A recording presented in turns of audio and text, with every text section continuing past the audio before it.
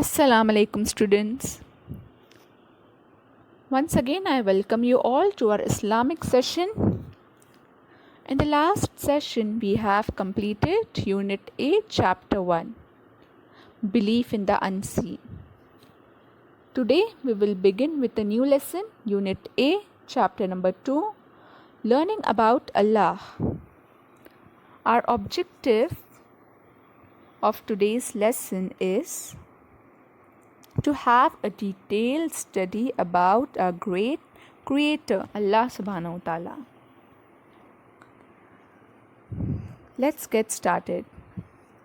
Allah by fact is the greatest of the unseen world. How Allah is greatest of the unseen world? Let's see. What does the unseen world comprise of? Any guesses? Yes. Allah subhanahu wa ta'ala, we cannot see him. Angels, they are unseen. The hereafter, the hell and heaven, they all are unseen. And many other things which are unseen, which we have not seen. Among all these, Allah is the supreme. Why? Because He is the creator of the seen and the unseen sides of the universe. That is the reason Allah is the greatest of the unseen side of the universe. As stated earlier, we shall have a comprehensive study about our great Lord, Allah subhanahu wa ta'ala. Now, who is Allah? If someone asks you this question, what do we answer then? Now, the best way to know about Allah subhanahu wa ta'ala is to know and understand how He described Himself. How Allah described Himself? The best description of Allah subhanahu wa ta'ala can be found in the Quran, the Holy Quran, which is the word of Allah. Allah has described Himself in the Quran because He knows Himself best. He is all-knowing. He is all-wise. He has created everything including knowledge. So He has complete knowledge of everything. So in the same manner, He has described Himself in the best of manners in the Holy Quran. Let's see now. The greatest ayah in the Quran is Ayatul Kursi, which is verse number 255 in Suratul Baqarah. Prophet Muhammad sallallahu alaihi wasallam recommended that at least we should read it in the morning and in the night. He also suggested us to read it after every salah. Ayatul Kursi mentions the greatness of Allah subhanahu wa ta'ala and the fact that He is in complete control of everything. He is the protector of the entire creation. It is also said that if we read these verses, Ayatul Kursi, we will be protected from the devil. I hope you all have learned Ayatul Kursi. If not, do learn. Let's see its translation. Allah, there is no God but He, the alive, the eternal, the ever-living, the everlasting. No slumber can overtake Him nor sleep. He never falls asleep. His are all the things in the heavens and on the earth. Everything in the heavens, in the skies and on the land are owned by Allah. Who is there that can intercede in His presence except as He permits? Nothing in this world happens without His permission. He knows everything that appears to His creation and what is beyond them. Allah is aware of everything. They cannot comprehend anything out of His knowledge except what He wants them to know.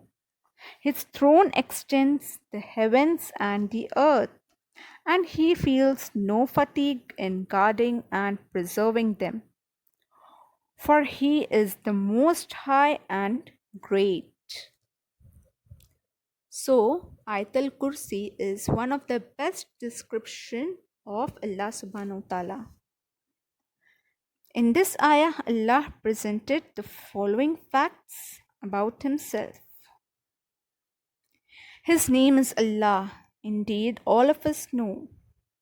He is the God of the universe.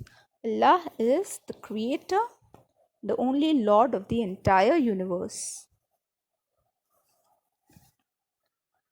He does not have any weakness or any deficiency like getting tired, feeling sleepy, and needing rest. Allah is flawless, He is perfect. He owns and controls the world, the heavens, and the entire universe. Allah is the owner of everything. None can do anything in this world without His permission. As I explained you all earlier, whatever happens, it is by the will and by the permission of Allah subhanahu wa ta'ala. His knowledge covers and encompasses everything in this universe. His knowledge is complete. Allah's knowledge is complete. He is Al-Alimu. He is Al-Hakimu. None can learn anything in this world without His approval. Means whatever Allah wills, whatever He wants us to know and learn, we could learn that only. It is not that whatever we want, whatever we wish will happen. No, it is only the will of Allah and His permission, His approval. His throne extends over the heavens and the earth. Allah controls the universe and protects it without any difficulty. Allah is the one who controls the universe, and He protects the entire creation without any difficulty. Allah is the supreme being and great Lord of the universe. He is the supreme. He is the greatest, and there is no one above Allah subhanahu wa ta'ala. So, we have learnt about Allah subhanahu wa ta'ala. As to who is Allah, now we shall learn about Allah's attributes. He has many attributes. We shall see two of them in this lesson. The first one is Allah is the creator of the universe. There is only one creator of this universe, Allah subhanahu wa ta'ala. We all know that no one has the power to create anything from nothing except Allah subhanahu wa ta'ala. Let's understand this with one example. Now, many inventors create items. They make many inventions.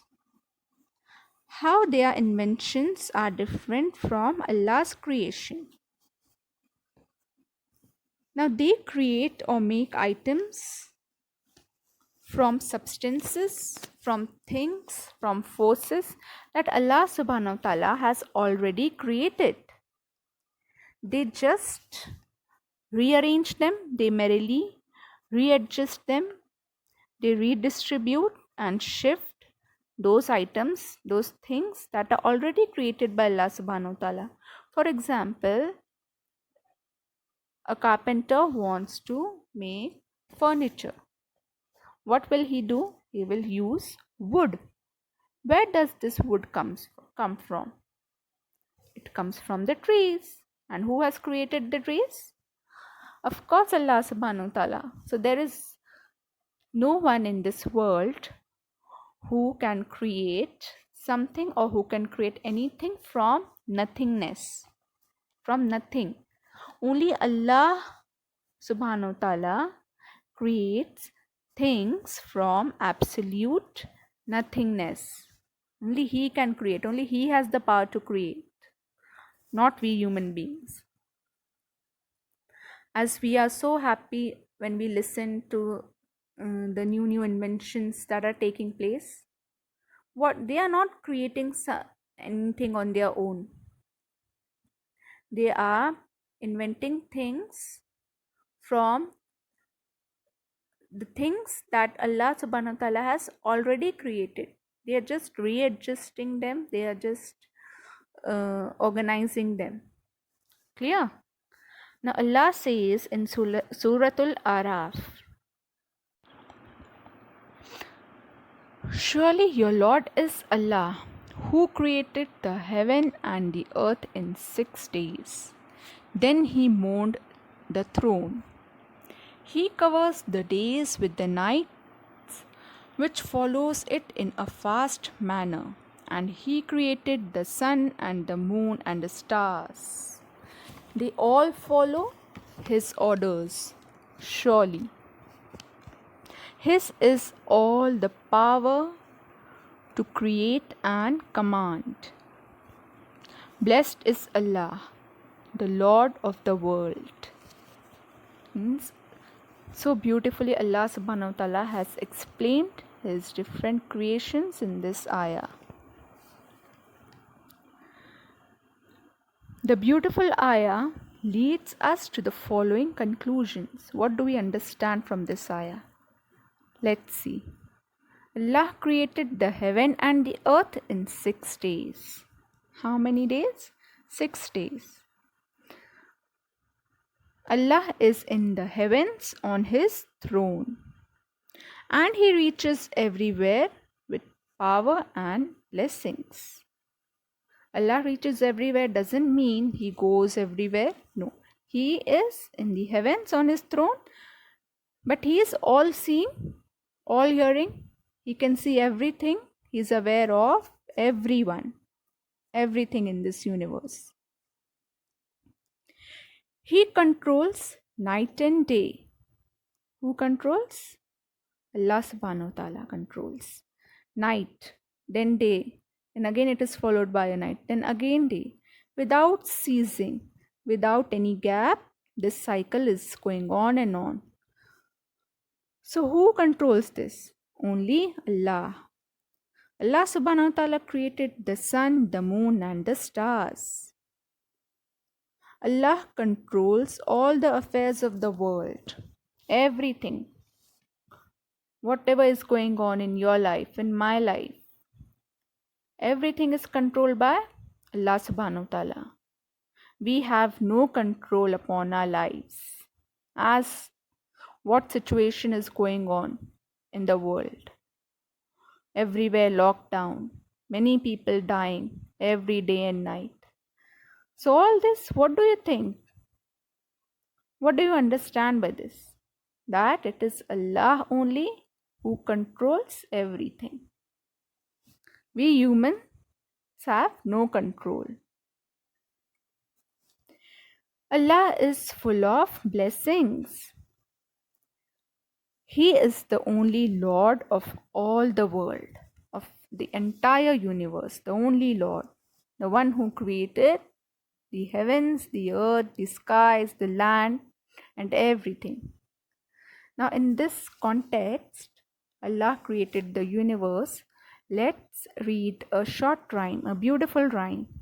Allah the Maker. Everything that we see around us, Allah made it for us. Allah made the sky and the land. Allah made the sun and the sand. Allah made the plants and the trees. Allah made the birds and the bees. Allah made the hills and the rivers. Allah made the beautiful flowers. Allah made the sun to give us heat and light. Allah made the moon to brighten the sky and night. Allah made the twinkling stars. Allah made us as we are. How beautiful.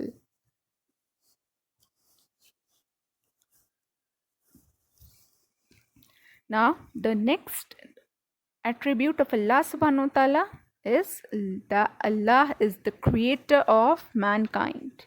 He has created human beings. Now many people ask these questions.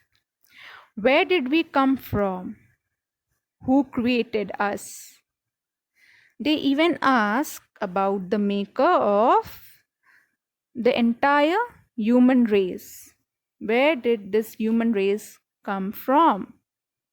Who created human beings? Now, Allah subhanahu wa ta'ala has stated in Suratul Sajda. We can answer these questions through Quran. It will be the best answer. So in Suratul Sajda, Allah subhanahu wa ta'ala states, "This is the knower of the unseen and the seen, the Almighty, the Merciful,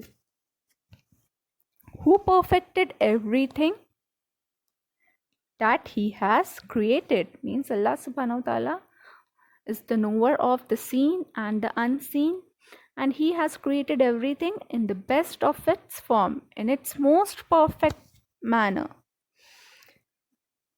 And He began the creation of man from clay.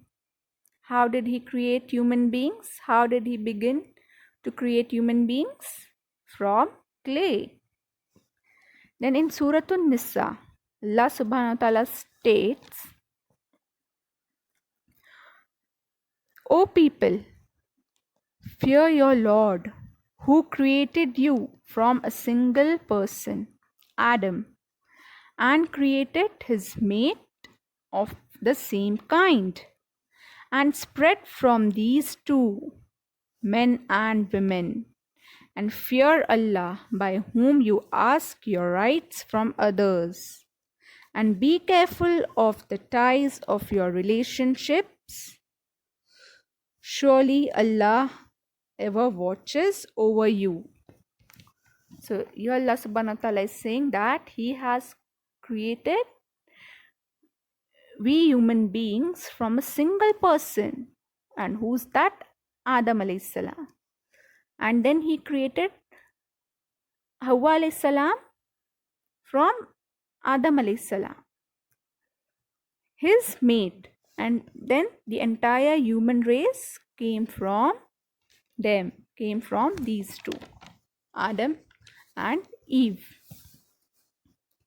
In Surah Mu'min, Allah subhanahu wa ta'ala states, "Verily we created man from a product of wet earth." Product of wet earth means mud or clay.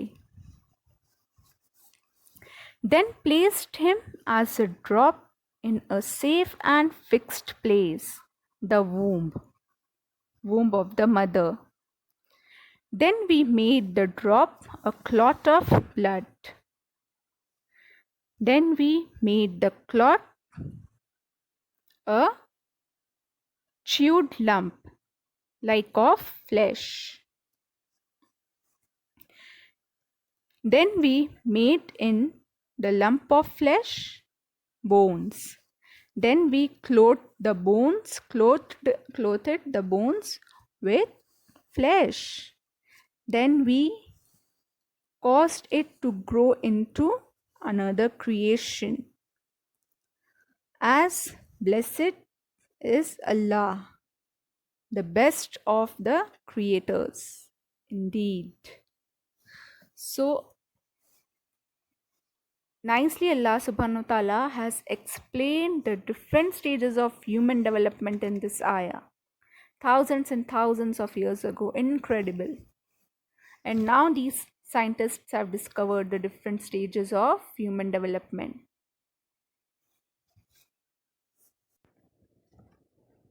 Now, let's learn what this ayah teaches us. Allah created Adam from a kind of clay. Adam alayhi salam was created from a kind of clay, or you can say mud.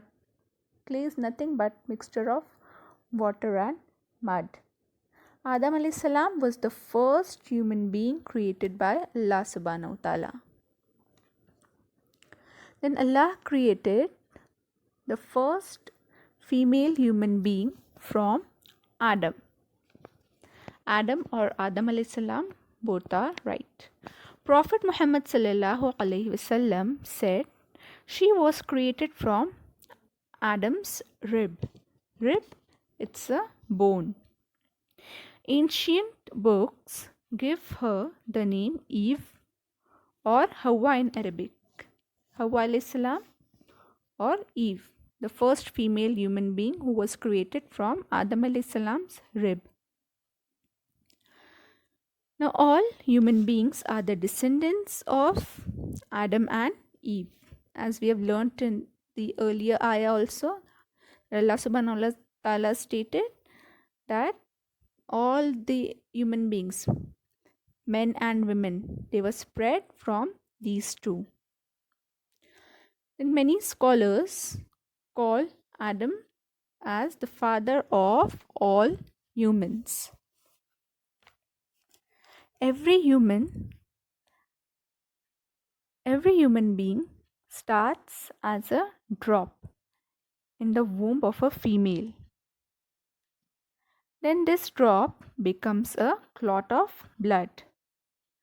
And then the clot of blood becomes a tissue that looks like a chewed curvy gum. Later, very tiny bones grow in the tissue, and the bones are covered by more flesh. Then this is fashioned as a little baby and is born as a new human being. In this picture above, you can see the stages of human development. And Allah subhanahu wa ta'ala, as I said earlier, has explained the stages of human development in so much detail thousands and thousands of years ago. So children, we are done for the day. Today we have learned the best description of Allah subhanahu wa ta'ala, who is Allah and his attributes, Allah the creator of the universe, and Allah the creator of mankind. The remaining part we'll do in the next session.